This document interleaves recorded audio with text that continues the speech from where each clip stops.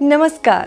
વિશ્વ ગણેશ યાત્રા with RJ કૃપાલીમાં અત્યાર સુધી આપણે સફર કરી થાઈલેન્ડ, વિયેતનામ અને જાપાનની.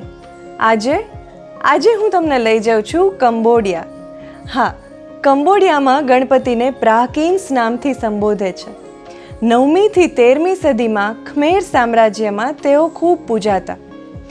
અહીંના ગણપતિ પ્રાકૃતિક પથ્થર એટલે કે સેન્ડસ્ટોનમાંથી બનેલા છે. ત્યાંના ઘણા મંદિરોમાં ગણેશજીની મૂર્તિ પૂજા માટે નહોતી, પરંતુ શૈક્ષણિક કેન્દ્રોમાં રાખવામાં આવતી, કારણ કે ત્યાં ગણપતિજીને વિદ્યા અને જ્ઞાનના દેવ તરીકે માનવામાં આવતા હતા. અને એટલે જ તેમને યોગિક લુક આપવા માટે તેમની મૂર્તિઓમાં આર્ટિસ્ટિક વેરિએશન જોવા મળે છે. જેમ કે તેમની ઘણી મૂર્તિઓમાં ગણપતિજીનું પેટ મોટું નથી જોવા મળતું અને મોટા ભાગે પદ્માસનમાં બિરાજમાન હોય એવી રીતે જોવા મળે છે. એમની આકૃતિ કમળ જેવી પણ લાગતી હોય છે. એમના ચહેરા પર એક મંદ સ્મિત જોવા મળે છે, જે જાણે કંબોડિયાના મંદિરોના પથ્થરોમાં પણ ગુંજતું રહે છે.